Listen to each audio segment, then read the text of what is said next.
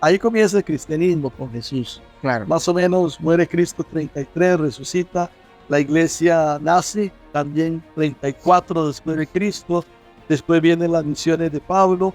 Recuerde que la gente se olvida, originalmente la iglesia cristiana solo estuvo compuesta por judíos.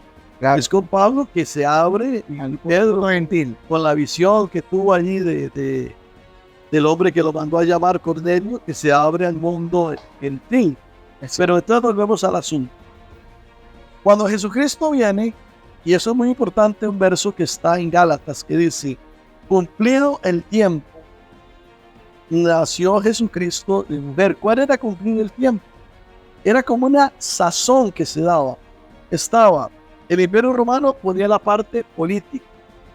El Imperio griego había conquistado culturalmente a Roma. Entonces siempre se da ese dicho, ¿verdad?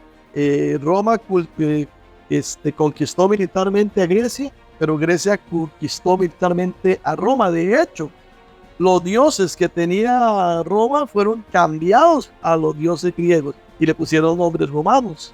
Y seguía ahí siempre el judaísmo. Es importante entender que los judíos, a pesar de que estaban bajo el Imperio Romano, tuvieron siempre libertad de culto. Los judíos son perseguidos cuando se da esa gran guerra que se describe en el pequeño Apocalipsis de los Evangelios. Son perseguidos en la batalla de Pena, más o menos como unos 100 años después de Cristo, y de ahí nace un resentimiento, porque los cristianos no los apoyan, y como obedeciendo a Jesús, huyeron a las montañas, y fue una masacre horrible la que hizo Roma contra los cristianos. Pero entonces vamos al punto. Del año 1 al año 300 solo hay una iglesia. La iglesia universal, la iglesia de Cristo, la iglesia primitiva. ¿De quién se compone? De judíos. Ya en Hebreos se cuenta de sacerdotes judíos que se convierten a Cristo. Se compone de paganos, personas que venían de culturas homosexuales, de asesinos, ladrones. Usted lo puede leer en Primera de Corintios. Era un puerto terrible, Corinto. Se compone la iglesia también, en este caso, de soldados romanos, ¿verdad? Entonces es una iglesia, podríamos decir, internacional dentro de los límites de la iglesia romana. Pero en el año 300 después de Cristo, aquí es donde uno tiene que repasar la historia con los ojos bien abiertos y ver que no hay casualidades en la historia. Aparece Constantino el Grande, un emperador romano, que dice que él ve una cruz y oye una voz que le dice: Constantino, por esta cruz vencerás. Entonces él manda a poner en la cruz, en su escudo, en la ropa, y curiosamente ganan la batalla. Y entonces, ¿qué ocurre? Que la iglesia deja de ser perseguida y Constantino es el creador de lo que se conoce como la iglesia católica romana o la cristiana. Pero ¿qué ocurre ahí? Cuando un grupo es pequeño, las reglas son muy estrictas, ¿verdad? Lo vamos a bautizar si lee este libro, si hace esto y esto, le vamos a dar la Santa Cena, si usted hace esto. Pero imagínense, cuando millones de millones había, dice un historiador, por ejemplo, que en la iglesia, en el tiempo en que la iglesia primitiva existió, estaban unos 12 billones de personas. Ya para el tercer siglo podríamos hablar de unos tal vez 60 millones de personas. Y empiezan a necesitar orientación espiritual, porque igual lo que se pone de moda y nadie lo para, ¿verdad? Por eso ganan los políticos también, porque si un político se pone de moda, pues la gente lo ama y lo sigue. Claro. Y entonces, ¿qué ocurre con esto? Ocurre que el cristianismo ahora se pone de moda. Entonces, ¿qué hay que hacer? ¿No? Los sacerdotes paganos se les da un cursito ahí de una semana y se vuelven sacerdotes cristianos. Ya no hay que bautizar por inmersión, ¿verdad? Ahora hay que agarrar una manguera y bautizarlos en fila a todos los que quieran. Ya comenzó a dar beneficio. Exacto, y algo importante, que el cristianismo primitivo era pacifista.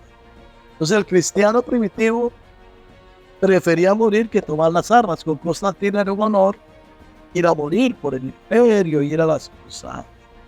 Hay cruzadas, mucha agua debajo del río, ¿verdad? Entonces, con ese apoyo fue que la Iglesia Católica domina la cristiandad hasta el año 1517, cuando con una valentía terrible, el 31 de octubre, Martín Lutero pega ahí sus 95 tesis y hace esa reforma que originalmente no quería salir de la Iglesia Católica. ¿Qué lo desató? También muy curioso, y como un pequeño error puede llevar a cambios. La iglesia, el papa de esa época, se me va ahorita el nombre, había mandado a construir una basílica nueva en honor a San Pedro y se endeudó mucho.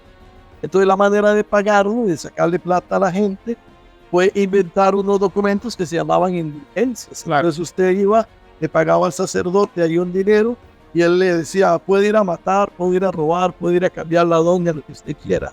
Entonces Lutero es contra eso, contra lo que se opone, y todavía peor. Al principio solo era para perdonar pecados en vida, pero después alguien se inventó que los santos han sido tan santos que tienen un depósito sagrado y que ese depósito sagrado nos pueden hacer préstamos a los vivos. Entonces venía alguien y decía, se murió tu tío, ¿y cuánto tiene muerto? 10 años. Bueno, tome un papel aquí y ya, lo sacamos del purgatorio.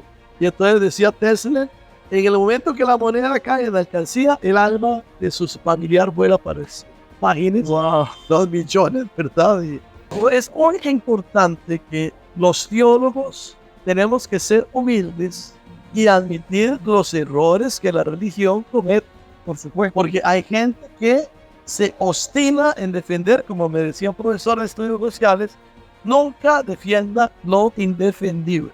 Por su verdad. Entonces, cuando una iglesia se vuelve oscurantista, terrateniente, engañadora del pueblo, tiene que desaparecer. O sea, qué bien está haciendo. Y lo peor, qué imagen de Dios da una iglesia así. La iglesia tiene que ser una iglesia de servicio, una iglesia de amor, una iglesia de entrega.